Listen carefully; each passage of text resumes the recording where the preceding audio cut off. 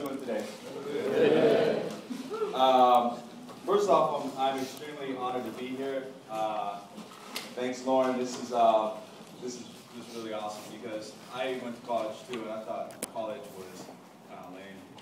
But every once in a while, a cool professor would do something really sweet. This is, I think, this is one of those type things. And when I was in college, the idea that hip hop in any way, shape, or form could be taught in this environment, it kind of nauseated me. I hid the fact, we were laughing about earlier, I hid the fact that I was in a hip-hop group when I was in college because I didn't want anyone thinking anything about me. It was just one of those weird things. I didn't tell any of my professors I rapped or anything like that. And the idea that you could sit in a room and learn something that to me was such a street culture, it was like something my friends did, something I did instead of going to college. You know, like we would go to school, and then I would go smoke weed and write rhymes. So the idea that you guys can actually come to this class and learn about people smoking weed and writing rhymes. I won't tell your parents you're learning this. Just get your credits, graduate, you can do this. So, for those who don't know my group, we laughingly refer to ourselves as the most successful, unsuccessful group of all time. And by that I mean that you've probably never seen us on MTV, although you've heard my music on there.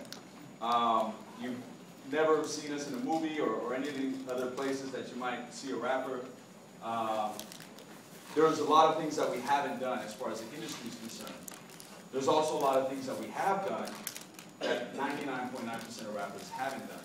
We've done sold-out shows on every continent except for Antarctica. But one of the most fulfilling things that we've ever done was doing a sold-out tour in China, doing a sold-out tour in Africa, doing sold-out tours across Brazil, South America, and for my partner Double K and myself to be kids who smoke weed and wrote rhymes, to actually graduating college and realizing that it's kind of a profession, and then finding myself doing world tours, it's been kind of a dream come true. And now to be standing here and teaching you guys and telling you this is like, it's kind of a trip.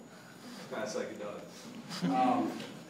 But that said, I know that you guys have been learning about the sort of evolution of technology, how it correlates with hip-hop and the aesthetic of what it is. And I'm just going to kind of breeze through my take on it until I get to where you're at, kind of after your post-midterm section. I spend an enormous amount of time sitting on airplanes with headphones on. I spend a lot of time meeting people all over the world who are into hip-hop.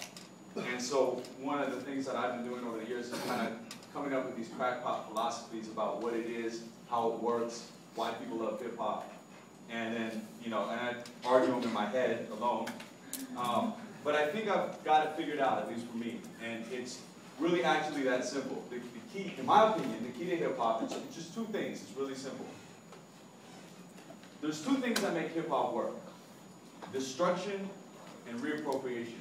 Now, I know reappropriation is kind of a term that's used to describe words, but I use it in the sense that destruction and reappropriation are the tenets, to me, of what makes hip-hop hip-hop. You know, everything that's been hip-hop in the beginning has been something that was never intended to be used as such, right? So that goes for hip-hop fashion, breakers wearing ski goggles. Why? Why? You're wearing ski goggles, little kid. You're doing a backspin. It's weird. Kangol hats, like you're a doctor in the late 70s, you know? Giant gold chains. Taking two turntables and hooking them up like Herc did to a regular consumer stereo, but only using one channel, then using the pan knob as a crossfader. And all of the things that hip-hop learned from Jamaica. And going way back, to me, the idea of reappropriation really starts when you have, say, after the Civil War, you have marching bands leaving their trumpets and their drums and their things on the floor of Southern battlefields, and you have guys picking them up and making jazz music. That's what hip-hop did with records. In the late 70s, there were records laying around everywhere, and no one cared about it. People were burning records. Disco records were getting burnt in stadiums.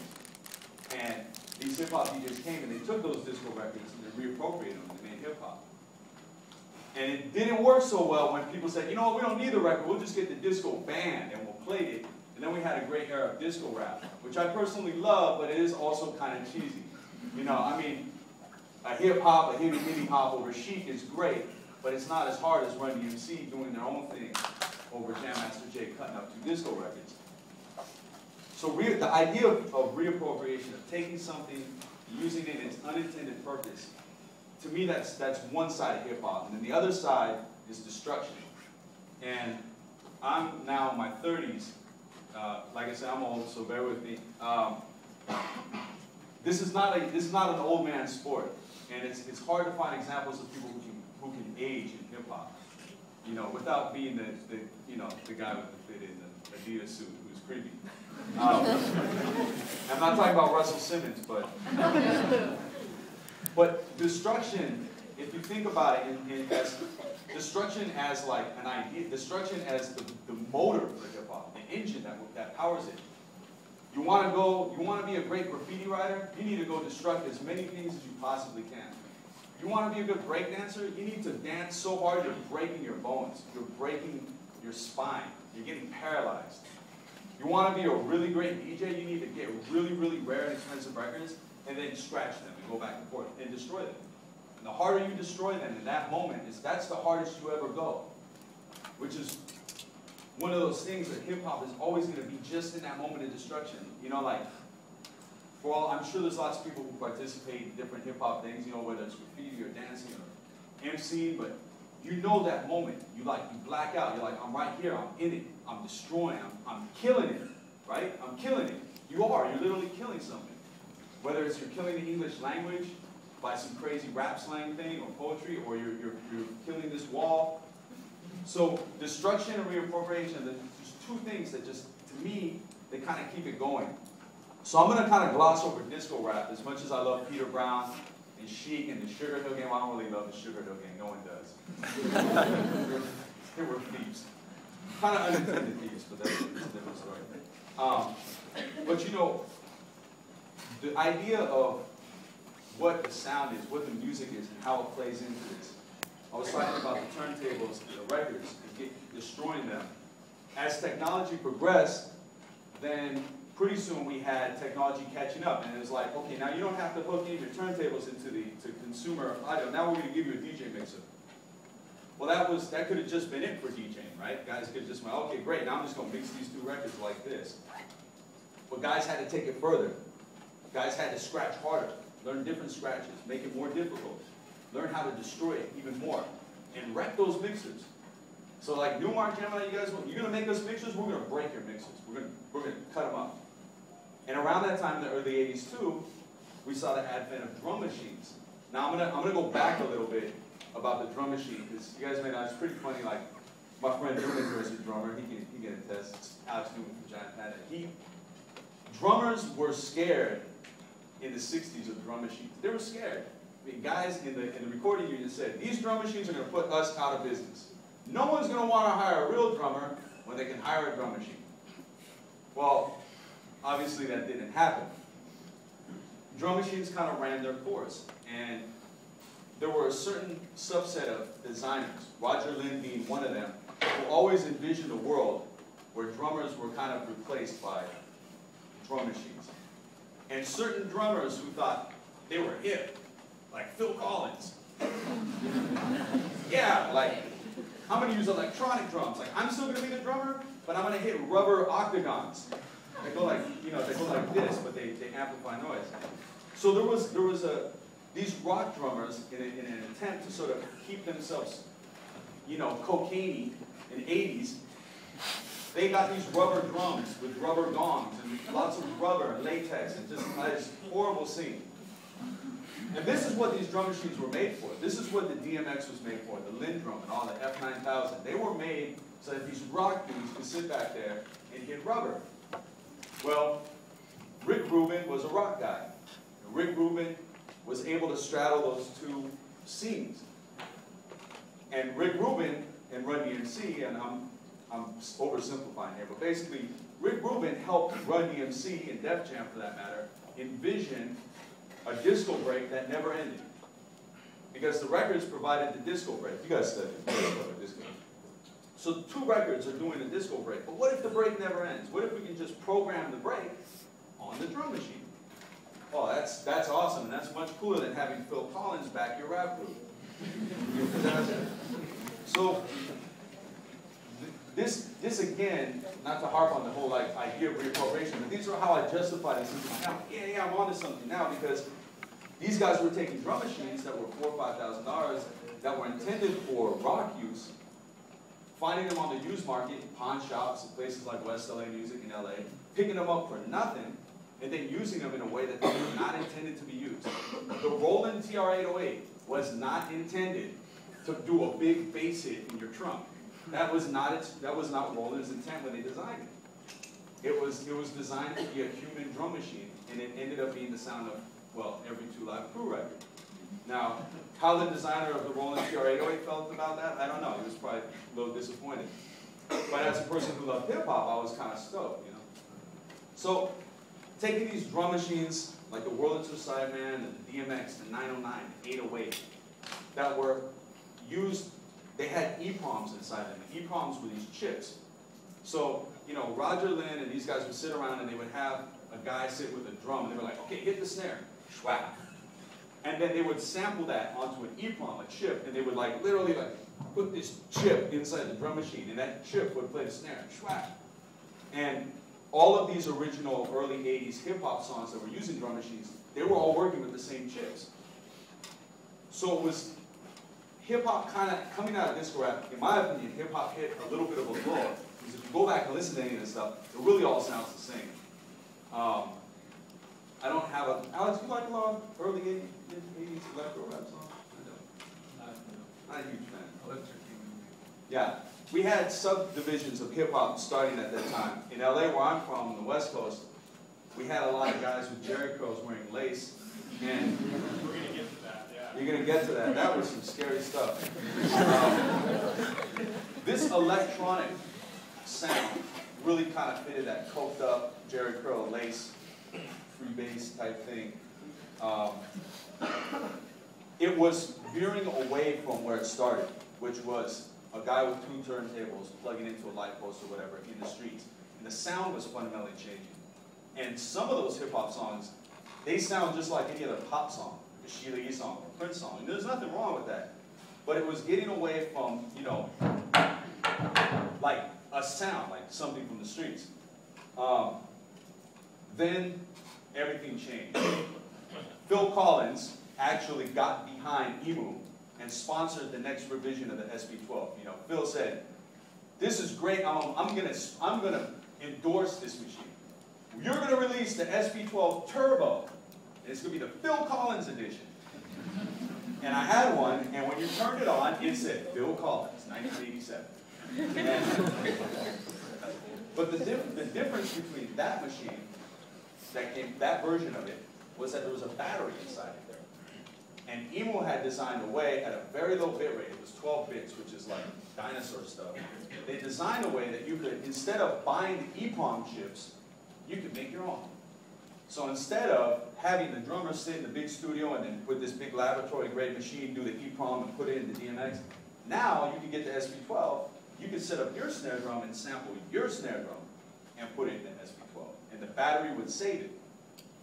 So they thought, oh, rock guys are going to love this because now they can sample their own kit and go on tour, put the SP12 up on stage, and their drums are going to sound amazing every night because, oh, I kind of glossed over that.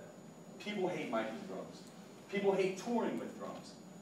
I think this was the main motivation behind these drum machines. If you've ever had to cart drums around for longer than a day, try like 6 months on tour, you want a drum machine too.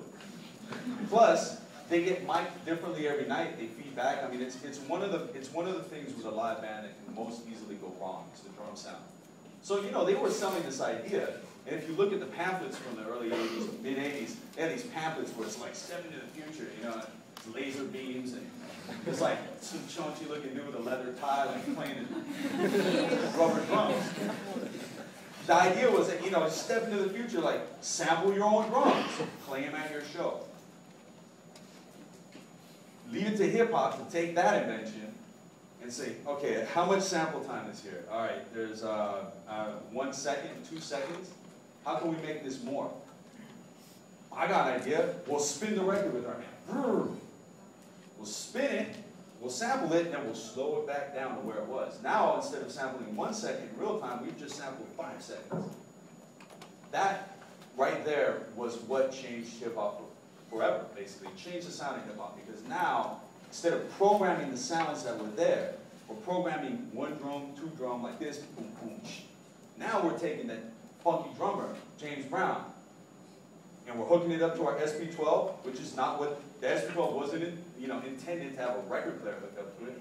Guys are hooking it up, and they're going like this with their hand, spinning it, sampling it, and slowing it down, stretching 1 second to 5 seconds. And then, just going like this.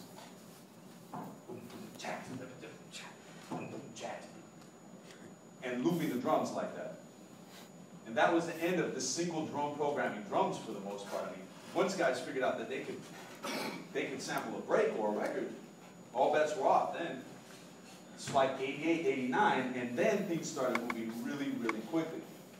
And you really see hip-hop production evolve at this rapid pace, because guys said, man, if I could do that, I can sample this Rick James song that my mom loves. And the idea was that you could use these nostalgic, at least the way I saw it, the idea was that you could use things that were nostalgic in your community to make hits. Like, what's the best way to make a hit record? Sample a hit record. Right? And it worked. It worked, like, how did Vanilla Ice make a really rad rap song? He sampled Queen. Everyone knows Under Pressure. So as soon as we heard it, doom, doom, doom, doom, doom, doom, like, there it is, that's a hit. Then he said, stop, collaborate, So, that might be before your time, dig myself. But either way, the race was on then to take this newest technology in a totally unintended route and start sampling things. And what happened was it caught everyone off guard, right? Because the record industry wasn't ready for that. They didn't know this was going to happen. They had no idea that this unintended effect of looping was now going to start imposing on copyright issues. Couldn't have seen it coming. And for the most part, when it started, they were kind of like stoked. They were like, oh, you want to sample Rick James? We own Rick James anyways. Like, we own all that music, so, it's all good. But then when they realized that their artists started sampling other record labels' music, it created a real cluster, you can just imagine, like, these guys, like, hearing these records and going, oh, crap, like, you're sampling the Beatles, or you're sampling this or that. And so I know you guys have covered a lot of that, the sort of sampling and copyright stuff. I won't really get into it, but it's important for me to I think, emphasize that the race was on. And then there's kind of a disagreement, I think, now, as history is getting written on this stuff, as to what the effect of all that sampling and that copyright stuff was. The way I saw it was it pushed people to dig for records harder. Because guys eventually ran out of records in their parents' crates. The first wave of hip-hop sampling all came out of people's parents' crates. And the best hip-hop producers were the people who had parents who were DJs, like Pete Rock.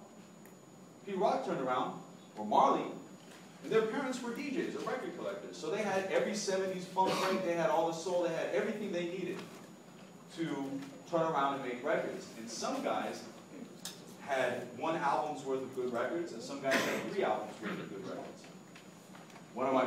A group that I really liked, Black Sheep, they kind of fizzled after their first album, and they pretty much ran out of samples. So guys had to learn how to buy records. They had to learn how to find records, because soon enough you were going to run out of records in your parents' crates, and you're going to have to go to the record swap, you're going to have to do something, and you're going to end up, needing to buy records. So around the turn then of the 90s, the Phil Collins, Emu saw this huge spike in everyone going, and Phil Collins was probably like, wait, it's not what I intended, no, I'm out of control. So they deaded that Phil Collins edition thing, and the SP1200 came out in, the 1200, I'm sorry, I'm fact checking myself here, 87? No. Doesn't say. I think it was around 89. Let's say it's 89. No, it won't be on the test. The point is, when the SP1200 came out, so Emu was watching this happen, and they're like scrambling to get better technology. What they needed was more sample time. But they realized something about their sampler, that when guys were speeding it up and then slowing it down, it was changing the sample rate. And I'll try and make this kind of really basic. The way these samplers work is they have a bit rate and a sample rate. When you slow down the sample rate, it's like slowing the pitch down. The sample rate is the pitch for all practical purposes. The sample rate wasn't great to start with in these machines. I mean, this is really, really rudimentary technology. When you sped up a record, sampled it, and then slowed it down, your sample rate went down to like, you know, it was like a Casio watch, but it had a sound. And the hip-hop guys started to really kind of associate with that sound because it sounded raw and it sounded like you were breaking the machine. And in a sense, you kind of were because you were breaking it in a way that it wasn't meant to be used. When you listen to these late 80s, early 90s, the very beginning of the sample stuff, like ultramagnetic MCs, a lot of the very, very, very early PE stuff, or some of the other things, it sounds really hard. It sounds really harsh. And it became kind of a defining factor of the sound in the era. But it was also because of the technological restriction that the sampler was imposing on them. You know, PE was hard as hell, partly because of what they were saying, and a lot largely because of the music and the noise, and a lot of that was hard as hell was because of the sample rates and what they were doing to try and get all of that stuff out and sampled.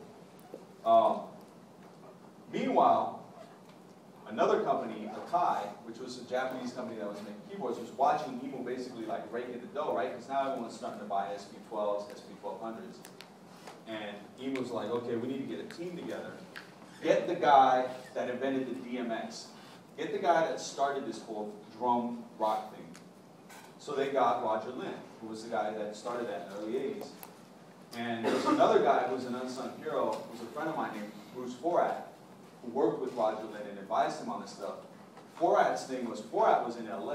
He was going to like the parties. He was partying with these dudes. So he had his hand on the pulse. Roger Lynn, of course, was still thinking that rock guys were going to buy his stuff. It would never happen.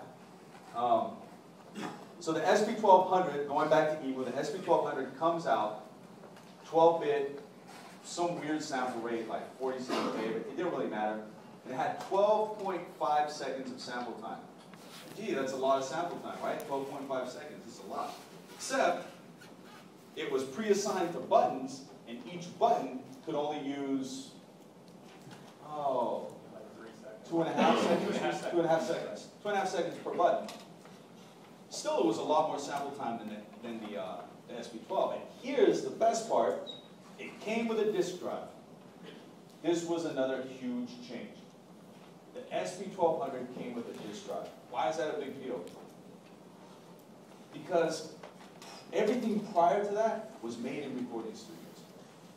Right? Because if you buy an SP12 and you make your beat at home in the Bronx and the projects, and you go to carry it to the recording studio, you get to the studio, you don't have a beat anymore. Because as soon as you unplug it, the battery or whatever, like, you're running risky. But with the floppy disk, now guys could be working in the comfort of their own home. And they could be making beats and saving them on floppies, and they could go to the studio with the floppy, put the floppy in, and be ready to go. And this is how and why certain machines became prolific. The SP1200 wasn't the only sampler that came out at that time, at all. There were lots. Even ASR was getting into the play, you know, and Sonic. But I'm making fun of him because he used to use the ASR. The best sampler ever. Not the worst sampler ever. Sampler allegiance drama here. But the idea that people could use these at any studio, take the discs with them and go to any other studio, meant that all of a sudden a lot of studios were like, dude, we got to get an SP1200. So, you know, EMU sales were just going, you know, through the roof at that time for this stuff. And so, finally, Akai got their product ready, which was the MPC-60, and that was designed by Roger Lynn. And they were going at the throat of EMU. They were like, we got the guy who invented this shit. Sorry, this stuff. I get excited when I talk about sound. So they were like, you think the SP1200 is great? We got the MPC-60. And the MPC-60 has more sample time and a better bit rate. And people were like, that's cool. And it has a disk drive. You're like, I don't know. What about the sequencer? This is when the sequencer became a big deal now. Because if guys were going to be using the same machines, using them at home and looping drums and this and that, what about the sequencer? The sequencer is what you use to record your music. I have a diagram I made on the airplane today, which is kind of wavy, but I'll show it to you anyways. The way the sequencer works is the sequencer is what records the audio in the actual drum machine. And the sequencer is important because, here we go. Oh, you can't really see that. Oh. See, if this was an SP1200, I'd have no problem. Here's how the sequencer works. All these drum machines were made to work in 4/4 time. 1, 2, 3, 4. They had a tempo that you would set. The standard tempo that it came with was 120 BPMs, but you could adjust it to whatever you wanted. And the sequencer was basically, if you think of it like a blank piece of paper, but this wasn't just a blank piece of paper, it was a grid. You could only put your music, your pad, whatever you played, on a portion of that grid. And the MPC 60, their tagline, the way they sold it, Roger Lynn's big idea was, that grid was about 20 or 30 times the resolution of the SP1200 grid. The MPC 60 grid had 256 ticks per cycle, which means that if you were to sample, if you were to put a quarter note in, so like, imagine this is a count, so 1, 2, 3, 4, 1, 2, like that, you have all of this resolution in between here to move it around. SP1200 didn't do that. SP1200 said, oh, you want 1, 2, 3, 4? You get 1, 2, 3, 4, and that's it. The MPC, the idea behind the sequencer on the MPC was that not only can you lay down your notes, but you can slide them around this axis. Roger Lynn still dreamt of drummers using his drum machine. So he wanted to give them a way to make it sound more natural, to give it a good feel. And so he made it with more resolution. And so for every quarter note, then you have 16 notes. So this is like, you know,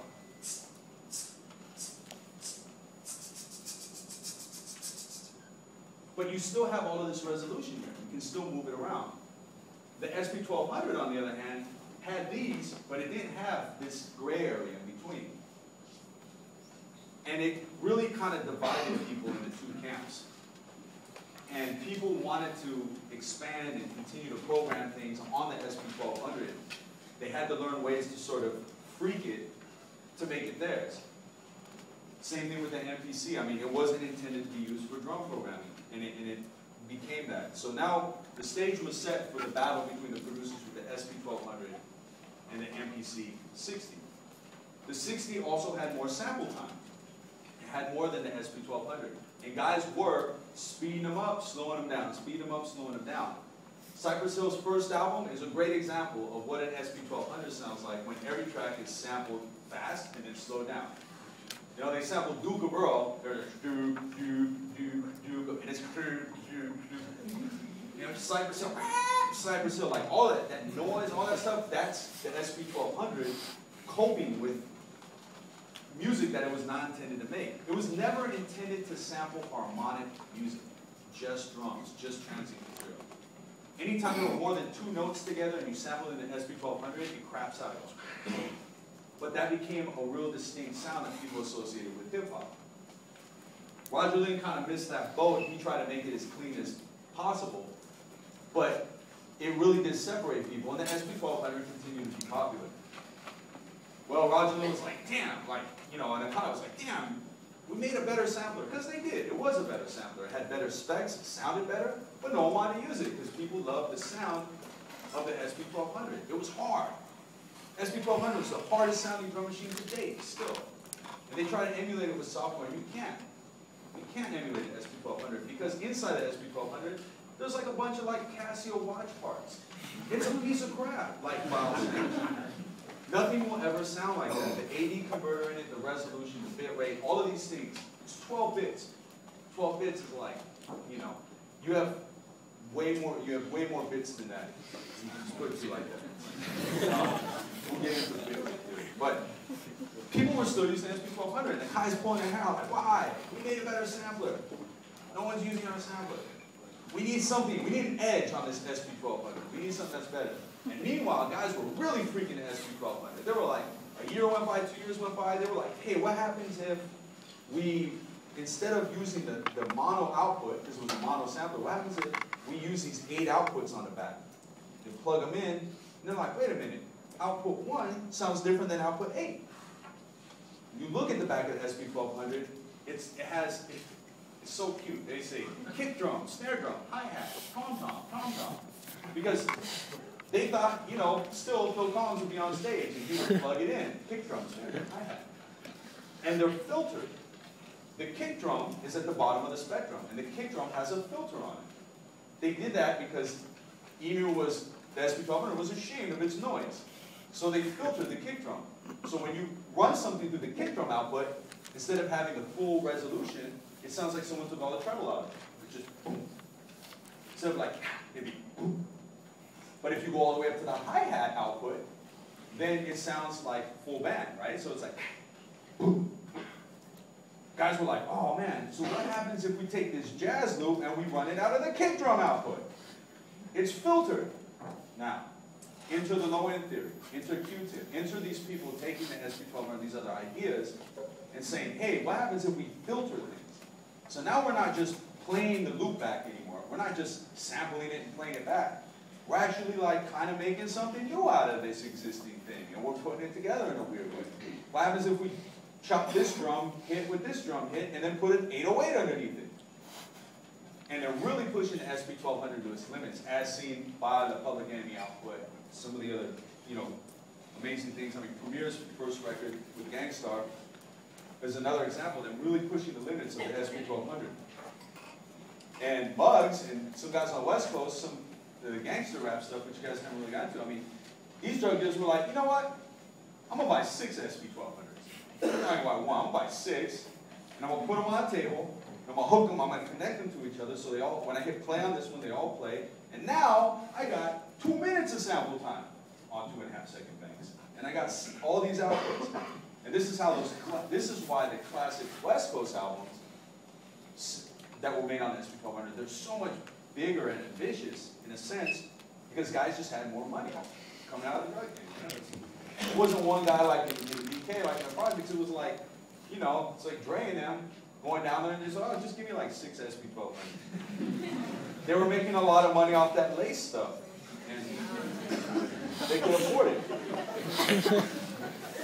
I meant the music, not the other stuff. But the thing is, the SP1200 still had a stranglehold on both the sound and the aesthetic of music, and of course it was being used in its unintended way, which I've talked to Roger then about this, and Bruce Ford at length, and it kind of pissed them off. They were like, dude, really guys, rappers, we need to make something better.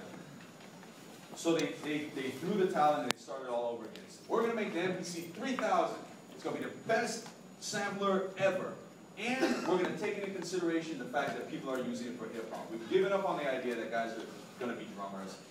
This is going to be for hip-hop. We're going to put the filtering that the SP1200 has inside it. We're going to increase the resolution. We're going to make it the best damn thing ever. And here's the catch. We're going to make it stereo. And it's going to be a 44K 16-bit. So for the first time ever, you could sample in stereo. The first time you listen to Midnight Marauders compared to Low-End Theory, the first thing I noticed is that it's all in stereo. All of a sudden, hip-hop graduates from being mono, down the middle, drums and rapping, to this lush stereo musical thing, and it starts getting a little bit more respect in the world. And it stopped being something that was just like guys sampling like that the record labels could ignore. It started being something a lot bigger than. And that's also coincided with the sample issues, really, too. Because then it's like, it's one thing to sample like, you know, some rock band in your SP1200, and then when it comes out, it like barely resembles them. It's another thing to sample Led Zeppelin in stereo, and loop it and play it back, and then everyone knows it's when the levee breaks, and they're like, oh, wait a minute, we can hear our song now, that's us for sure. And that inadvertently advanced the whole clash of sampling and everything. They had created something that was so good, it stopped hiding what hip-hop was doing. And there was less destruction happening, so it was easier for people to see what was really going on. It was easier for the layperson to get it. And that's one thing with hip-hop. I mean, like, if you're not really in it, and you don't really understand it, you don't really get it, unless it's made really obvious. It's like the difference between seeing graffiti on a wall somewhere and appreciating it, and seeing graffiti on a Mountain Dew can. That's when you know someone's getting it, you know? And that's when it stops really being destructive and starts being a commercial machine. Not a machine for destruction, but a machine for commercialization. And I think that's an interesting juxtaposition, because that's when everyone was like, oh, that's the first time you ever started hearing, oh, hip-hop's dying, hip-hop's dead. Really, it was because people started really making money off hip-hop who weren't really involved in it. Like, sure, the record labels were making money off of it for a long time, but what happens when, like, you hear a car commercial and you hear a hip-hop song? What happens when Taco Bell has MC Hammer flying through the air with, you know, these big pants, parachute things? Again, probably more my time than your time, but it happened and it was tragic. All of a sudden, hip-hop was like all over the place. Like 93, 94, all of a sudden now hip-hop's everywhere, right? That was like, that's when Queen decides to sue Vanilla Ice. Like, I guarantee you, if they made the Vanilla Ice song on an SP1200, just straight up, they might not even have caught the fact that it was an Under Pressure sample. They might have heard it, it would be like, it would have sounded different. And the labels had to make a decision as to whether or not they were going to really kind of get behind it or not get behind it. If there was money to be made on it, if it was worth the risk, if it wasn't worth the risk. And as far as I remember, my personal experience, around that time was the first time I ever really got familiar with the idea of an industry having say over the artistic output of the artist. That was around the time that I decided I'll never want to be on a major label, ever. And it was probably the idealism of youth to make a statement like that, because my dad would be like, well, that's great, but you know, you're going to get a job because you're going to have to put a roof over your head, or you'll be on a major label or something. But you can't just be underground for the rest of your life. He showed him.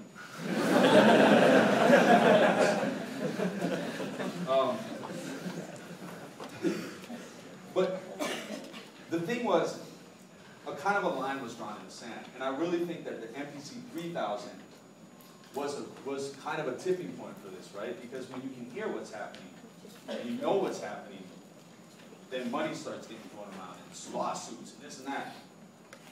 So that was the first time that I ever started hearing the term underground, and the idea that, well, what's underground? What is underground? What is it? Well, as far as I knew, someone who was underground was someone who had no interest in getting play on the radio, no interest in probably making money, or it was a secondary thought, and really, most importantly, no interest in clearing samples. Because there were whole records at that point that got made that never came out because of samples that were on. And the art form was suffering, and people were learning from that. Meanwhile, you got guys who are on major labels working on records, and they say, well, don't sample anything. And they're like, well, what do you mean? It's a hip-hop record. Like, well, don't sample anything. So some guys were smart, and they said, well, we'll chop it up. So then they pulled the SP1200 back out again, because they knew they could get away with stuff. And instead of just letting the loop play, now the art was to skirt the sample issue by chopping it up. Taking just the kick, just the snare, taking the jazz loop, putting 4 markers on it, and replaying it, and making a new musical composition out of it. It's a good way to get around getting sued. People didn't want it, they didn't want their records to not come out. And there were prolific producers at the time who were getting shelved to create stuff like this. Large Professor, after making a monumental album, his second record, I think, was second record after Breaking Out? The one on Geffen? After, well, not his main solo. So Large Professor's first solo album gets shelved. Why? The label didn't think it was going to sell enough to justify clearing the samples. Which is kind of a slap in the face of everything that hip-hop is, right? Because as far as people knew, hip-hop was just making records and making more records. I have a really rad diagram I made too. Check this out. This is kind of the cyclical process of hip-hop around that time. Can you guys see that? So, guys are going out in the field and they're getting vinyl, right? They're putting it on a turntable through a DJ mixer into their MPC or their SP1200. Oh. Then going to a recording studio, most of the time subsidized by a record label. Running it through a mixing console, recording it to tape, then back off the mixing console, onto a master tape, to a mastering engineer, to a lathe, to getting plated, to getting stamped. End result, more vinyl. And hip-hop starts becoming really self-referential in that sense in the early 90s. Like, you got guys making records, and then out of other records, and then scratching the record they made out of the other record. So it ends up being this extreme, and it helped create a sense that like you really had to know what was going on to appreciate it, right? Like if you listen to it and you're like, oh, I hear them scratching Premiere, or I hear them scratching a Premiere scratch from another song, it really drew people in, and it really made it kind of underground. And the industry was turning their back on this. They were like, we think CDs are really kind of what we want to do, and you know, we want to sell a lot of units and this and that. So this underground idea, and everyone kind of, where am I here? Okay, I'm gonna tie it up here real clean. So the underground guys were scared of getting sued, or didn't care, or they had to do what they did. And I kind of came in at the very end of this. So in 1994, the day it came out, I had saved up and I bought an MPC 3000. The week it showed up at West Selling Music, I bought an MPC 3000. And I could have bought an SP1200. It would have changed my entire career probably. And I'm still could have bought an SR10. That would have been tragic. I bought an MPC 3000 in 1994 with money I had saved up delivering food and grinding coffee. And I started learning it, and I learned it kind of like it was the back of my hand. And there's nothing on the screen, barely. It's alphanumeric. You make music with it, with your ears. And nowadays, a lot of people make music on computers, and there's nothing wrong with that. I personally can't make music while I'm using my eyes. I like to close my eyes and use my ears and my brain and my hands. The SP, the MPC, there was no information. It was just music. It's just something to make stuff with. And all of us who were sampling and who were interested in doing this, we knew we had no chance of getting on a record label. Like in 95, 96, when Double P and I formed People in Affairs, I knew we weren't going to get signed. Partly because we were high school students who smoked too much weed. He was fat. I went to an all-boys school. We were a wreck. Who would sign us?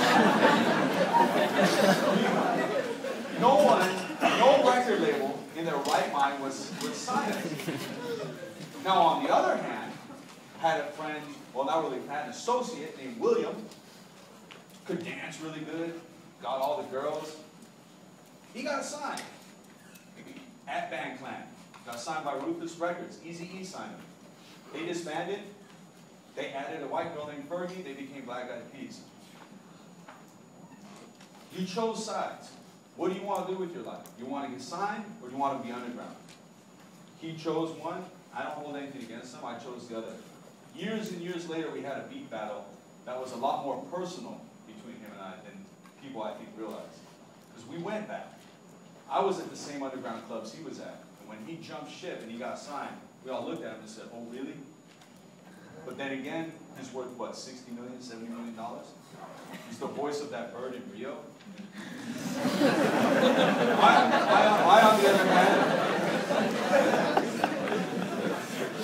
I, on the other hand, ate at the Peter Pit today and we'll be playing with Mac Miller later on. So, it depends what you want out of life, right? But as far as I'm concerned, I'm still caught up in the destruction of my body and my life, and he's doing pretty well, and that's not really hip-hop. The rest of the story is kind of known. Made a song called San Francisco Nights, made a couple of records, toured, went on our first world tour in 1998. I graduated college, I never got a job after that, I just started touring, and here I am. Any questions? How'd you get your name? How'd I get my name? I used to go to this daycare center called Pet Park Daycare in San Pedro, California. And this was 1983, 1984. We had a radio station called K-Day, which played nothing but urban music and rap music. K-Day fan out there. 93.5. No, not that K-Day. 1580 AM. It was an earnest attempt, and they did a good job, but in 1983, it was K-Day, and it was an urban adult contemporary format station, and a program director by the name of Greg Mack came on board, and he knew what was going on in New York, and we started playing Run DMC on the radio there. And we all were like, oh. I was 7, I was like, what? I instantly wanted to be that person. And so we had these camp counselors that would rap. They were older, like, you know, Puerto Rican dudes, Mexican dudes, white dudes, Chinese dudes. It didn't matter. Everyone was just hip-hop. And he'd say, hey, you. He's like, you rap. And I was just like a kid. And so I thought that if I used really big words, that I would be cooler. And they were like, oh, you little thesaurus, huh? You little thesaurus, you little thesaurus. And so then I was Thes. Then I added the 1 because there was this tagger in LA called Thes who was getting the crap beat out of him on a daily basis in the mid-90s. And I was like, no, I'm Thes 1. Like, I'm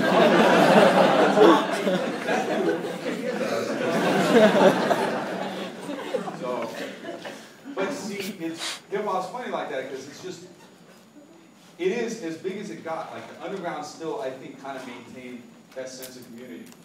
And one of the, there's been moments that Double K and I have had that have been emotional because we've given our lives to this. I mean, I hold a family together. I'm probably not as good of a dad as other people, but then I drink a lot of beer and tour, so whatever. But there's been some moments. My kids, they get it. They're 2, they understand. Although, on that note, my wife and I were laughing about the fact that when they get older, and all my videos are on YouTube, we probably won't get sleepovers at our house, like, ever. If you're not sending the kids over there. But anyways, some of the things that have documented success in my life hasn't been the $100, $500, or $1,000 I get from doing a show. Because we still are doing shows for 300 people, whatever. Nothing ever changes. But having someone like, you know, Biz Markie call me on the phone he called me on, if you can imagine this, he called me on April Fool's Day. Right? So I'm sitting there in my room, Cambridge house. Hello? Yo, it's the Amazon. Where's Thes 1? I'm like, all right, who is this, man? Oh, it's Amazon. I'm like, who is this?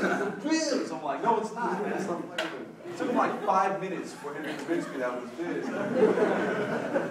And he was calling to basically say, I really liked your first record. He didn't have to do that. And I thought to myself, you know what, man, if I'm ever in a position where I'm older and kids are trying to come up and do that, I want to be the guy. I want to be the Biz that calls someone out of the blue and says, you know what, I'm feeling your record. And, you know, we had the same experience with Chuck D. Chuck D, we performed at CMJ a couple years ago in New York, and Chuck D drove down from Long Island. And in and of his own accord, got on stage and was like, these dudes are keeping it going. And me and Mike were in the corner like, it's Chuck D. You know, like, I know I'm never going to get a plaque. I'm never going to win a Grammy. I know that. I've cast my lot. It's my fate.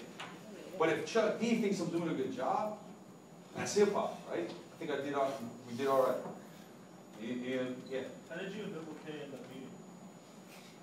We should just make a wiki page for this. Like, I'll tell you, there is a wiki page for that. Yeah, I'll tell you.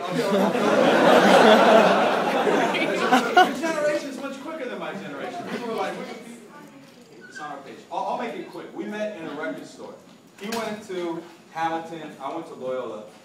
And when I was in school, they'd be like, yo, we heard you make beats and everything, but there's this guy at Hamilton who's much better than you. And I was like, oh yeah, well, F him.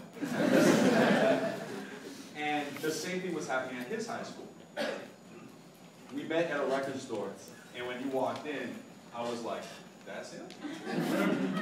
I was like, what's up, man? How you doing? You know, I want to play it cool because he was big and you know, of gangster descent. I was much more humble descent.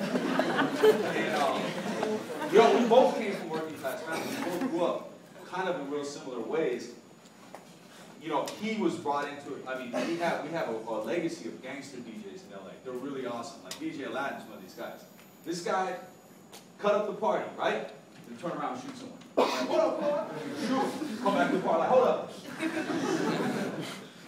He came from that legacy of gangster DJs, right? Because you could either bang really hard or you could be the music guy. And that was one good way to not get killed, was to be the guy DJing at the party, not the guy gangbanging at the party, but still affiliated.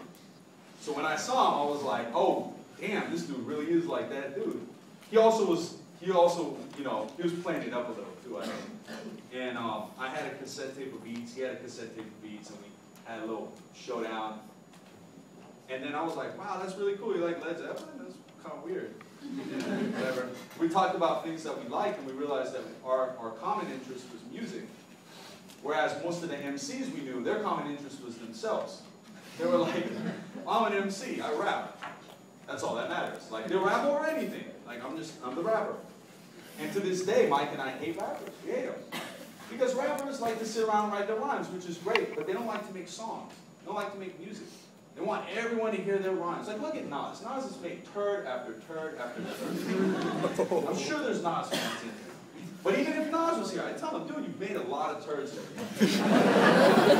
Nas makes good records when he has a good producer behind him. When he has someone who cares about the music, like DJ Premier or Pete Rock, and says, your rhymes are dope, and here's a dope beat. But don't let the MC pick the beat. Because the MC is going to pick the beat that lets him shine. So the MC is going to pick a beat that's not even a piece of music. It's just going to be like a clock ticking. Because God forbid anyone get in the way of their majestic rhymes.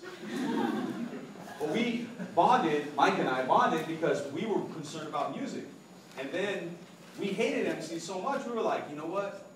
We should just start rapping, because then we won't have to deal with MCs. And that's how People in Stairs started. We weren't rappers. How do you feel like about like mainstream rappers, like for example Lil Wayne, that like say they're the best? Like does it annoy you, or have you kind of like let it go? Saying you're the best is kind of part of hip hop. Like it's kind of, that doesn't annoy me. I think what annoys me is when everyone else says he's the best. Like I expect a rapper. If a rapper's not telling me he's the best, then like I'm kind of like, really, dude? Like get some self-esteem. Rapping is toasting.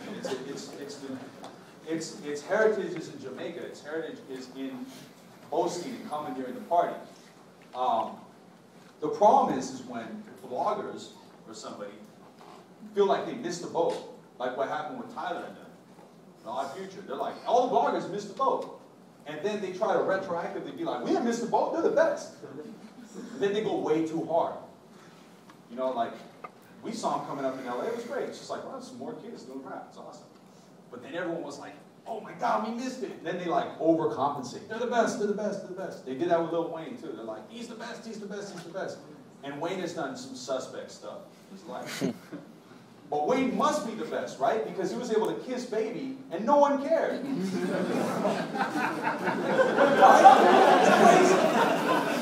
This is hip hop, right? The dude's kissing his label mate on the lips. If I kissed Double K and ended up on the internet, we would be a rap. Maybe we'd have a niche market, but other than that.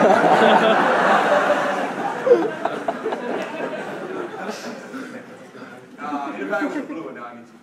Yeah, like how do you feel like you talked about like the bloggers and stuff, and how do you feel that affects like the music making process? Is it like direct feedback, or is it like more pressure to like more? I think one of the, amongst the many things that I think is kind of a bummer right now about music, but it's not unfixable, is the fact that a lot of artists don't focus on making albums anymore. And there's a subtle art form to making an album in and of itself. And I mean, honestly, if you're sitting around, you're smoking with your friends, you're drinking, you really want to keep clicking on single after single after single. You know, you want to put an album on. Sit down on the couch, play some video games, let the album sink into you. And I think that's what's happened is the instant gratification and the echo chamber of the blogosphere has made people focus on song, song, song, instant feedback, song. if you ever put all those songs together, they don't make an album. You know, 10 singles an album does not make. An album like 3 Feet High and Rising, or an album like Takes a Nation, like these are albums. These were crafted to be albums. And we still try and do that, but because of that, we don't know what to give the bloggers, right? Because they're not going to like sit, I know they're not going to sit and listen to the whole record. So, and iTunes hasn't helped that either.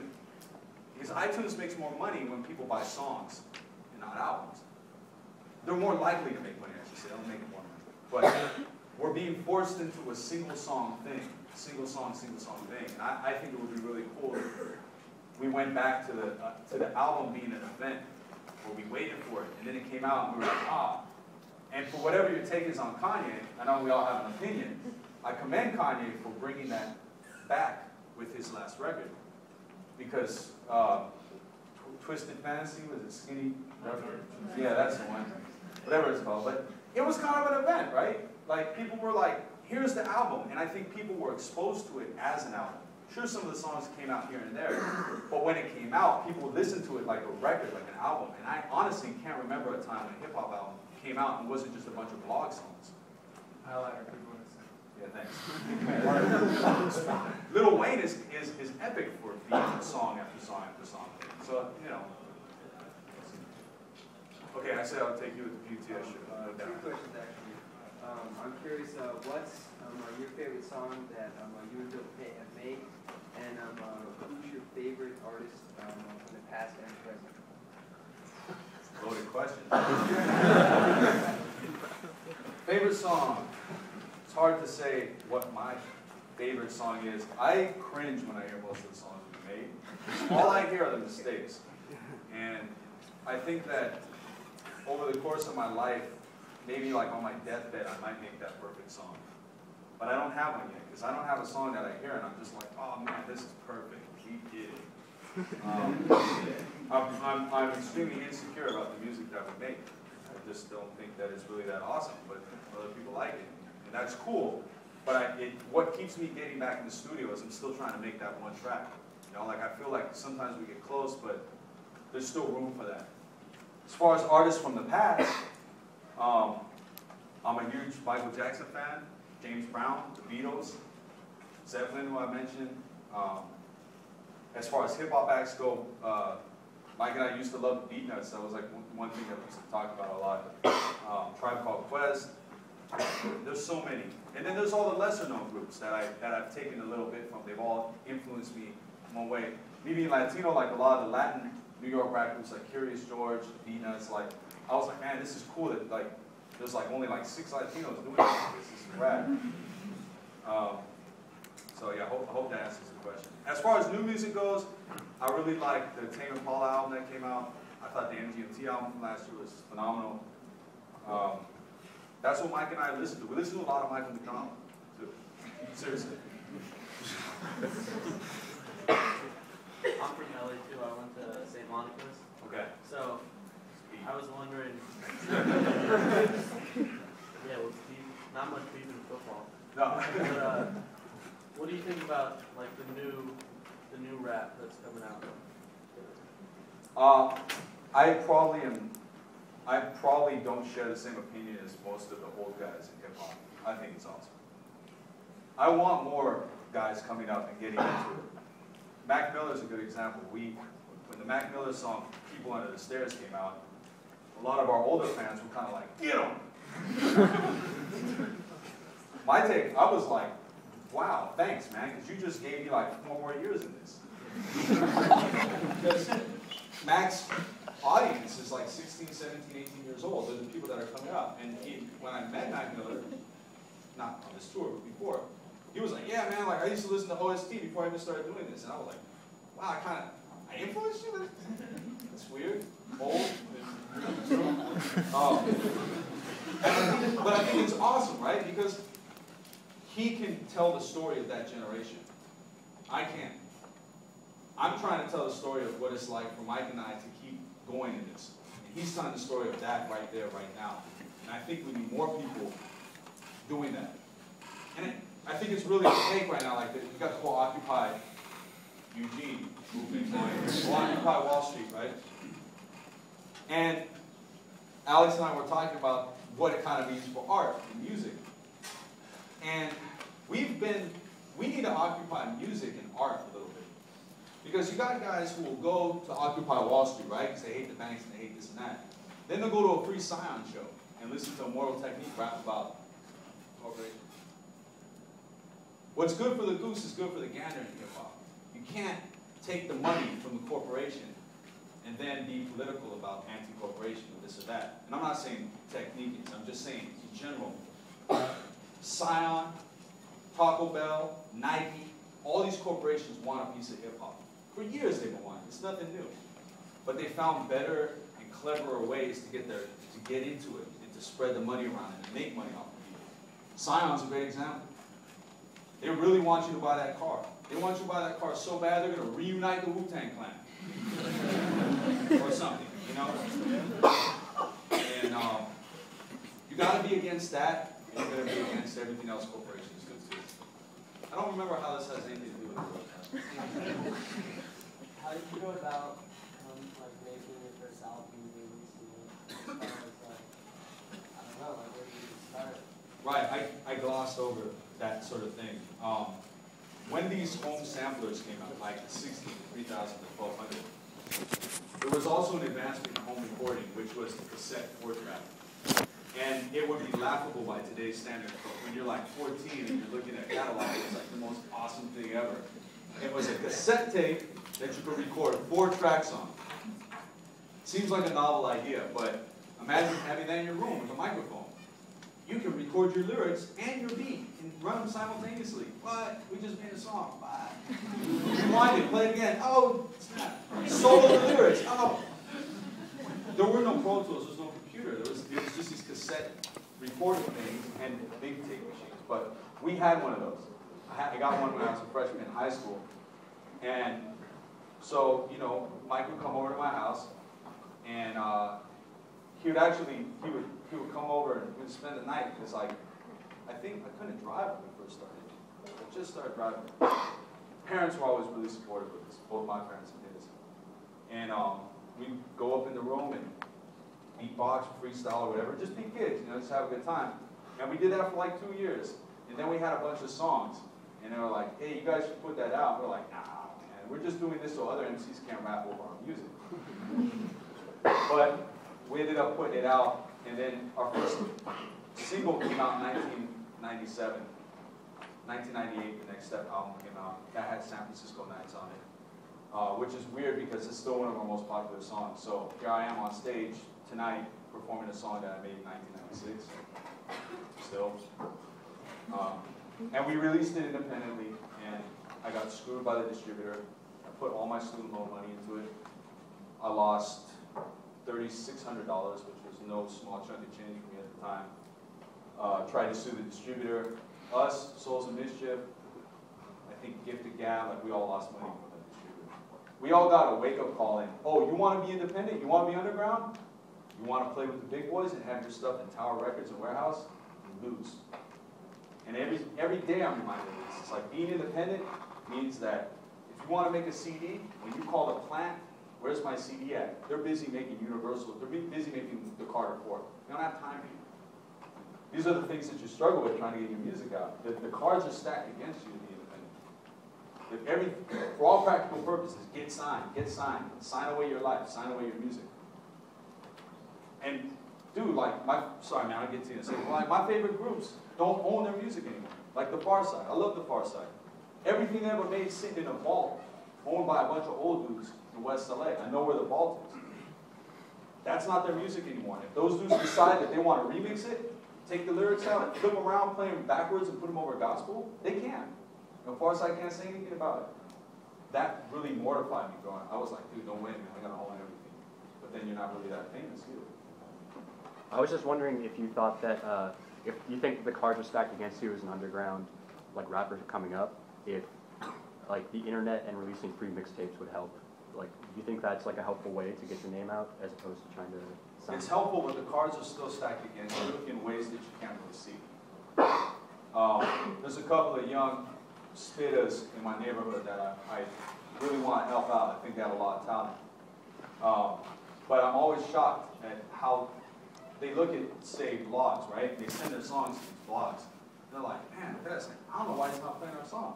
I'm like, yeah, it's a dope song. He's like, yeah, we've sent it to them 2 or 3 times. They never feature it. They never play it. What they don't know is that the blogs are all paid. Sure, there's a couple of blogs where it's just one person, you know, writing about what they love. But all the big rap blogs, you have to pay to get on those. You pay. And there's a guy in LA that you can pay $2,000 a month who will ensure that you're at the top of these rap blogs. And most consumers don't know this. They think the bloggers are just writing about what's good and what they love. It's all paid. It's always been a big con on the consumer. The rap fan always has to deal with the suffering from the labels, the consumerism, the money. We lose albums. We didn't get to get a lot of this album because of the labels and sampling. And conversely, when you see these guys on the blogs, don't think they're there because the bloggers love them out of their heart. They're not. It's paid. Would you consider It Was Written in Lost Tapes as like whack or as like real album? Depends on what Nas's take is on whether Lost Tapes is a real record. You know? Well, yeah, more so It Was Written, I guess. I wasn't a big fan of it. You know, after Illmatic, I heard the second record, I was like, really? Then I heard like Phone Tap, I was like, all right, man. And ever since then, I've also been waiting for Dre's album to come out. And it hasn't. So we lose, you know? Because what's Dre busy doing? He's making headphones. Well, he's not monsters. But, you know, where's the music, guys? If this is really about being a rapper, where's the damn rap album? Where's the tour? That's why I have respect for Mac and these kids coming up, because there are kids who are rapping. Dre, how much longer is Dre going to live off of his legacy when there's young dudes actually making music? Coming out. I'm down with the young dudes, for sure.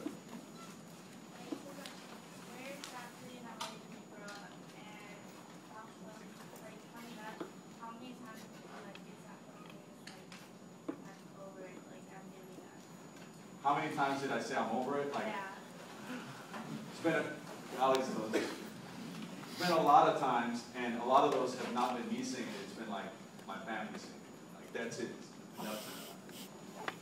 I grew up in San Pedro, California. It's across the bridge from Long Beach. We have an epic rivalry with Long Beach and Pedro. We're a port town. We're a community, a small community of fishermen, longshoremen, and gangsters, and home of the Minutemen, who's, in my opinion, one of the top punk groups of all time. When I was growing up, the Minutemen were really, when I was really growing up in the early 80s, the Minutemen and D. Boon and them were doing their thing. And I was really influenced and inspired by the way they handled their thing. As far as I can remember, the first people that I ever knew that were touring in a van and not a bus were punk groups. Guys going from like motor lodge to motor lodge, making their own records, being in control of everything. That to me was a punk idea. That wasn't a hip hop idea. Hip hop was like, champagne and gold chain. Punk dudes were putting the work in. They were going town to town playing the music. And that was the same energy we felt towards hip hop. And I think there is some kin to hip hop and the punk scene early on. As time went on and my life, and I got older and I got more responsibility, there were lots of times that I thought, you know what, we've made 3 albums, this isn't really working out, not getting any more money than I was last year, it's time for me to get a job. And then the next day I'd get a phone call that would change everything. When that happens one time, it makes it impossible. It's like my career is like sitting at a slot machine. Because I never know when I'm going to hit the jackpot again. There's been these little things, like the Chuck D thing, or like, I woke up one day, thought maybe our career was going like this, and it was The Simpsons. They wanted us on the 10-year anniversary, or the 20th anniversary of The Simpsons. We're flying you to New York, you're going to be on The Simpsons with Henry W.K. and Hugh Hefner. Oh, really? It's like, hey family, guess I can't stop making hip-hop anymore. Like, those things, it's just, like, I kind of felt like, God, like, I just keep my head in it. Who knows what can happen at this point? Never would have thought I'd be on tour with Mac Miller. I mean, it's kind of awesome. Like, you've had your hand up, like, forever. What's the most emotional story you've written about your music? Most emotional story written about? I've written about the music? In your music. In our music. Oh, God. All right. This is like the future. There's encyclopedia. I'm sorry if I'm running in the way. All right. Okay. So, right when our first record came out, we got offered a world tour. That kind of didn't really happen. Like, I mean, I should state this better. We couldn't tour the U.S. in 1998. There was no reason to. But Japan was like so into hip hop at the time. They were like, yeah, we'll take anyone. You got people upstairs, never heard of them, we'll take them. Same thing with Australia. And even more so, same thing with Europe and the UK. So next thing I know, we're buying plane tickets. What are we going to do when we get there? I don't know. Let's just go. Let's see what happens. So instead of doing shows around LA and around the US, we just got on a plane and we went out there and we were kids. I mean, we were 18, 19 years old. We found out that mushrooms were legal in Japan. The last thing in the world you want to do is take two rappers who are feeling themselves, right? Because they're on a world tour. 19. And from LA, you know, and tell them, hey, you guys, there's mushrooms for sale. That didn't turn out good for me at all. I was still high as we flew to Australia a couple of years later. I don't recommend, do not do that. But the reason I'm telling the story is because we started cataloging a lot of things. We were put in a position that people rarely find themselves in. And we were meeting a lot of people. We were meeting people who were like war veterans in war age. We were meeting people in Australia and Japan who were just like us. And we're like, wow, man, this is crazy, because growing up in America, I was always kind of taught that you guys were all really different than us. You like to drink beer and party too? That's fine. And it changed the way I think we looked at writing music. We realized that if we can just write about ourselves and what we go through in our daily life, the next time we come back to Japan, it's going to go over great, right? Because it's one thing to like rap about being a gang member here in America where people get it, but like it doesn't really translate well to other countries. But when you rap about like kind of being mad at your parents or getting drunk or whatever, that does translate to people of other cultures and other places. So it really, doing that first tour, we got back from that and we really started putting a lot more emotional stuff into the record. I got hit by a car July 3rd, 2000, and on our second record I wrote a song pretty much about that, because I came really close to dying. And really the song is about how, my verse is really about how you don't think anything can happen and then all of a sudden something happens. We've written about our significant others a lot in music, much to their chagrin. Never goes over well. Our parents, we've lost a lot of, being in hip hop so long, a lot of people have died around us. DJ Rob One, who was the first person to ever play our record in the club, passed away. We write about him a lot. DJ Dusk died, we write about him. Hip hop's always been good, I think, in commemorating people.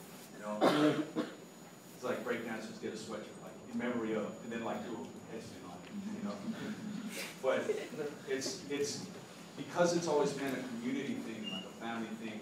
I think that the tribute songs are the times that we kind of commemorate experiences of people in our lives.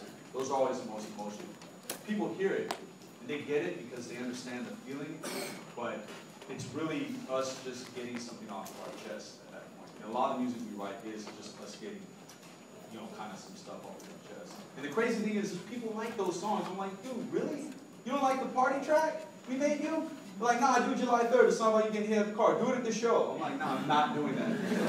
I'm standing on stage rapping about getting hit by a car. That's a bummer. I already took the question. It's a good one, though. It better be good. What's your favorite kind of beer? Because I know you and Double J love it. It's a good question.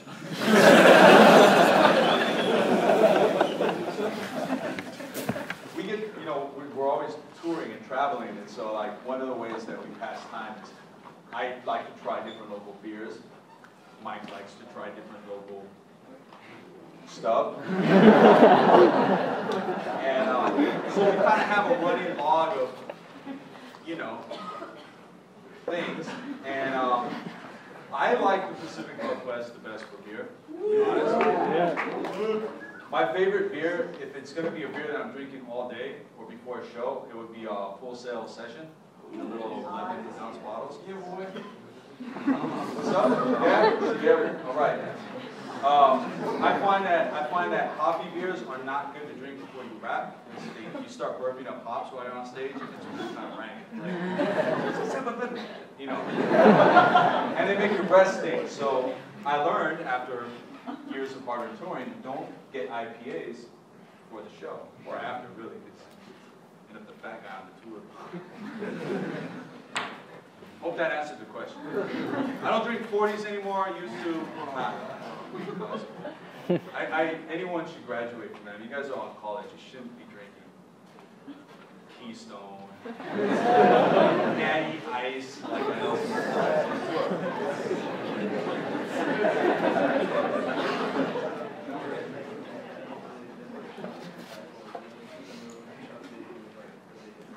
First, the question was, who's the person that I've met who's been the most impactful?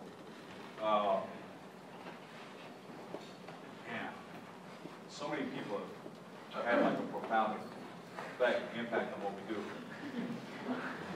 Alex Newman. Probably Double K. You know, because I tried to, actually on the new album, I tried to capture that feeling. Like first of all, I'm not going to be the guy who stands here and quotes himself. But I said something to the effect of something to try to explain that feeling that, like, you know, what are the chances that we would meet and then make this group? It's I'm not a religious dude at all, but if I was, I would think maybe that was an act of God, because our lives would be totally different right now, not for the better. Earlier you talked about like the destruction part of hip hop. Yeah. Do you think that artists like Nas and Wu-Tang on Illmatic and 36 Chambers, do you think that they'll always be living in that shadow of what they did? Absolutely, because there was so much destruction happening on those records, right? 36 Chambers, if you ever hear any of the stories behind the recording of those records, they were literally destroying things. Studios, impeding. Like, I'm serious, these dudes were gnarly dudes. Make no mistake about it. Like, anything you think is tame compared to what was actually happening during the recording of some of these classic records. And I've talked to the engineers who were there, and they're just like, oh God, like, oh, I need a drink if we're gonna talk about it. These are studios that are worth millions of dollars, right? And all of a sudden here comes 12 dudes from Staten with their posse. And, you know, rap ended up getting a really bad name because of that sort of stuff. But then again, those are amazing records. And I'm too shook to destroy things like that. So I'll probably never make a record that has so much of a just aggressive energy. You feel it. As soon as you hear it, you know what time it is. But behind the scenes, they really were like destroying it. Older bastards, especially, really aggressive.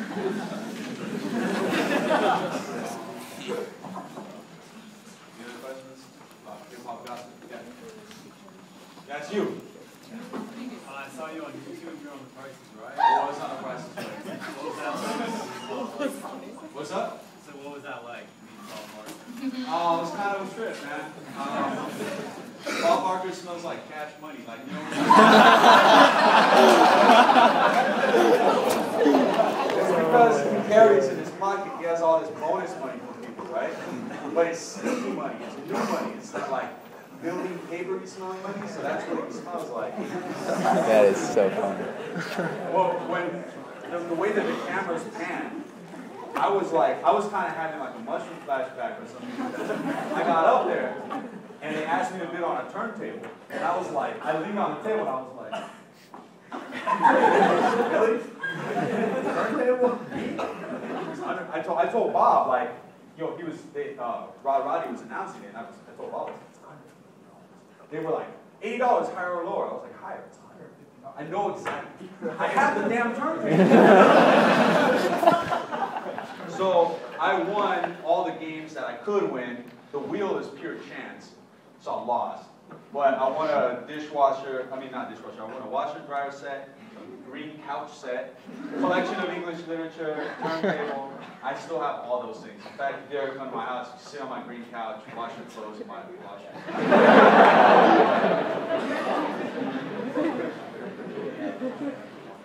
You guys are too questionable.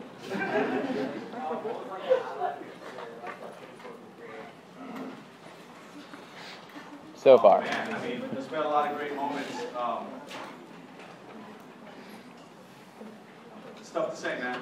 Stuff to say. I mean, I would say today being on The Simpsons, because there's not that many people in the world that can say that. But who knows what will happen tomorrow? I think on that. All right, K-Day, one more. Favorite place to late night grub in West LA? Because I'm there from there too.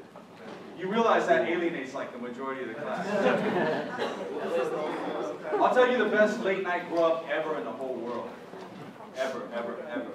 Well, there's two. One is in Soweto.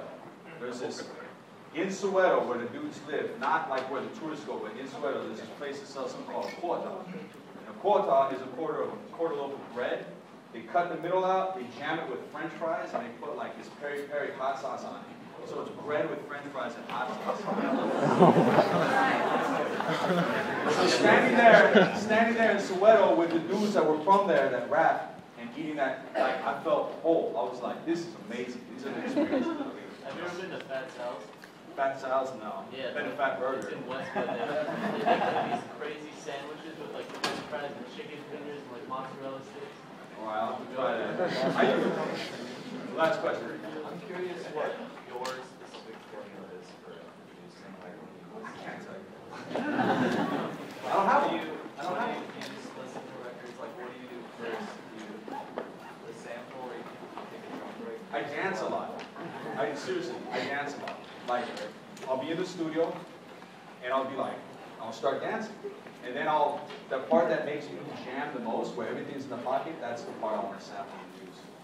And I keep dancing while I'm making the beat. Like, I stand up, and I jam, and then it's done, and if I can still kind of like jam to it, and that's what I'm hoping to do. Like, my dad was kind of a dancer, and I think I still like people to dance. Dancing, drinking, partying, that's what life's all about, right? All right, guys, have a good time.